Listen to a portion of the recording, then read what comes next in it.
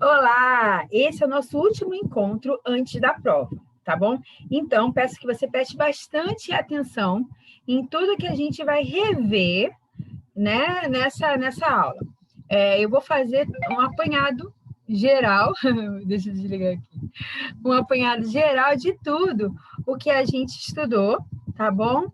E desejo que você siga essa linha de raciocínio para fazer uma boa prova, tá? Então, a gente está falando, né? Nosso conteúdo é a Grécia Antiga, beleza? Nosso capítulo é sobre a Grécia Antiga. E, deixa eu passar aqui.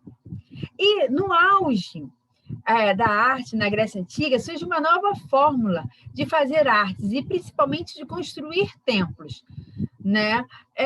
A Grécia ela é muito harmoniosa, né? Tudo que a gente vai falar da Grécia, a gente vê todo um equilíbrio, e principalmente em relação às construções, à arquitetura, tá? Os templos harmônicos simples ou como que era, né? Perdão.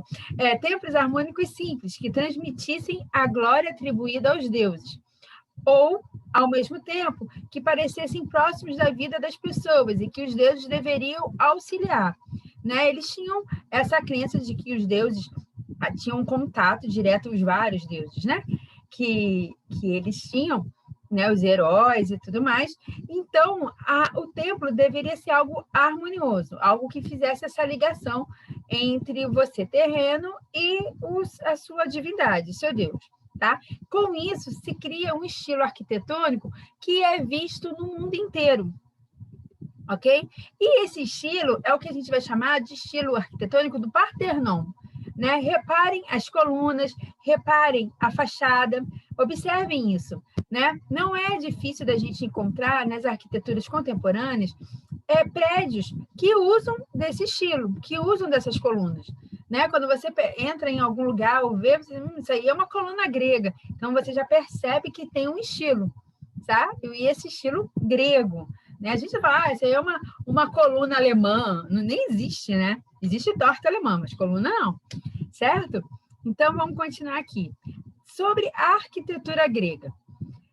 Essa fachada é muito importante que você memorize, né? Saiba as colocações. A gente tem aqui a cornija, o fristo, que é essa parte toda que né, chama de entablamento. Mas a gente tem a cornija, que é essa parte de cima, o friso, que é essa do meio, a arquitrave e o capitel, que é o início aqui o início, né, lá de cima para baixo, da coluna, tá bom? E você vai ver essas 4 situações em todas essas fachadas, tá vendo? Tudo isso aqui é o entablamento. Então, a gente tem, assim, essa parte de cima, tanto daqui, como daqui, como daqui. A cornija, temos os frisos, ó, friso e friso, a arquitrave, esse espação maior, e o capitel, né? Que é essa base da coluna, tá? Então, dá uma olhadinha com carinho nesse entablamento, né? Que a gente chama, ok? E com isso, a gente vai ter, então, 3 tipos de coluna, tá? Dórica e jônica, criadas, né? E muito executadas na Grécia Antiga, e a Coríntios, né? Que já é do estilo romano, porém, inspiradas tanto na dórica quanto nas jônicas. Por isso que a gente chama de uma coluna greco-romana, tá? E por isso que ela entra no nosso conteúdo, tá? Então, a gente tem a dórica, que é uma coluna bem mais simples, sextavada, tá? E aqui o capitel dela é simplesinho, tá bom? Toda essa partezinha das colunas, elas têm nomes, tá? Mas para a gente é irrelevante, a gente não vai cobrar isso, tá? A jônica, você percebe uma diferença, né? Aqui, na parte de cima, justamente na parte do capitel, ela tem um desenhozinho, tá? E a Coríntias, ela parece umas flores aqui, tá vendo? Então, aqui no capitel, ela é bem mais trabalhada, ela é bem mais rebuscada, né? Vê que, assim, há uma leve mudança na base, né? Mas todas elas sextavadas, porém, a mudança maior é justamente nessa parte de cima, do capitel para cima, tá bom? Então, é muito importante também que você saiba diferenciar as colunas, tá? E essa é a base da arquitetura grega, do estilo arquitetônico, né, que a gente está estudando, tá? Para Pitágoras, que foi um grande filósofo e matemático grego, o número grego é o principal de todas as coisas. Todo o universo seria um pensamento matemático. Os arquitetos gregos fizeram foi passar das figuras geométricas, que são aquelas figuras desenhadas, para a construção espacial, para a arquitetura, usando essa lógica matemática, usando esses números, né? Então a gente percebe que assim a coluna, né? E até na arquitetura mesmo, na construção civil, todas as vezes que precisa se colocar uma coluna, há sempre uma. Ninguém coloca uma coluna tipo, vou botar uma coluna aqui para ficar bonito. Não. A coluna tem uma função também de sustentação. Então, ela é matematicamente fornecida ou forjada, perdi o nome, mas assim, elaborada. Né? Você coloca a coluna no lugar que ela precisa ser, porque ela vai sustentar, certo? Então, ela tem uma utilidade, não só apenas para o embelezamento, mas também de sustentação. E como a gente sabe aonde precisa ou não colocar uma coluna? Através de contas matemáticas, tá? Área, espaço, enfim, o tipo de construção que vai ser, e aí é um outro assunto, né, aí da construção civil. Então, galera que vai enveredar para o caminho da engenharia vai ver muito isso, tá bom? Inspirações gregas na escultura. O corpo da pessoa é representado de maneira bem tradicional. Começou na Grécia toda essa ideia da construção do corpo. E a gente vê uma das primeiras estátuas, o Discóbolo, né, que é essa aqui, na onde tem um jogador, né, para arremessar o disco, né? E eu fiz até uma brincadeira, e eu comentei isso com vocês, que se fosse hoje em dia, seria uma câmera de celular para tentar uma selfie, certo? Movimento. O movimento era algo muito buscado nas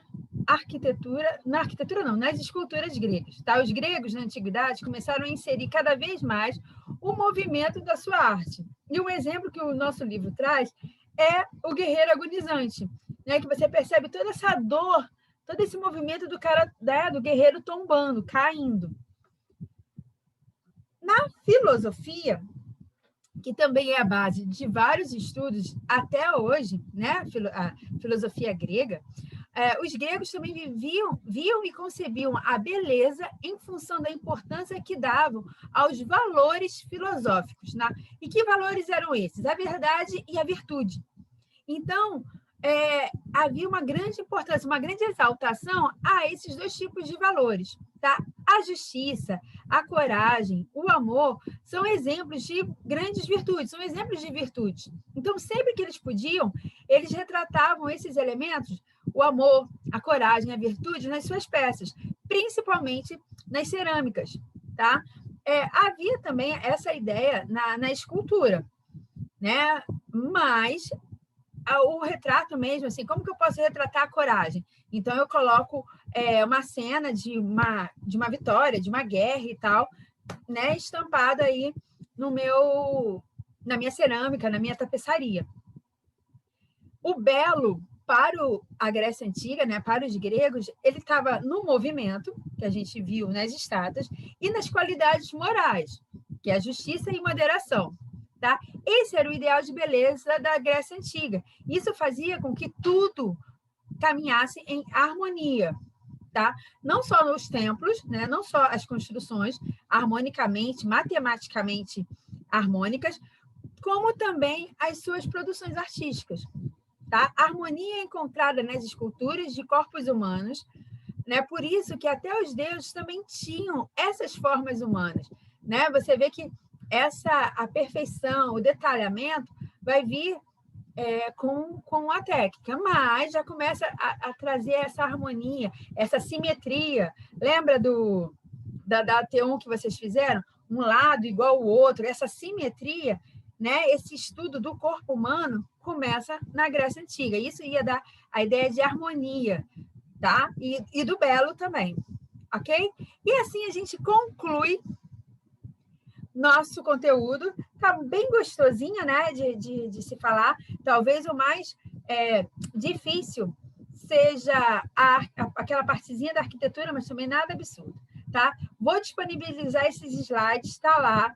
Desejo que você faça uma boa prova, leia esse capítulo com bastante atenção e a gente se vê na sexta-feira na avaliação. Um beijão, fica com Deus e qualquer coisa é só falar. Tchau, tchau.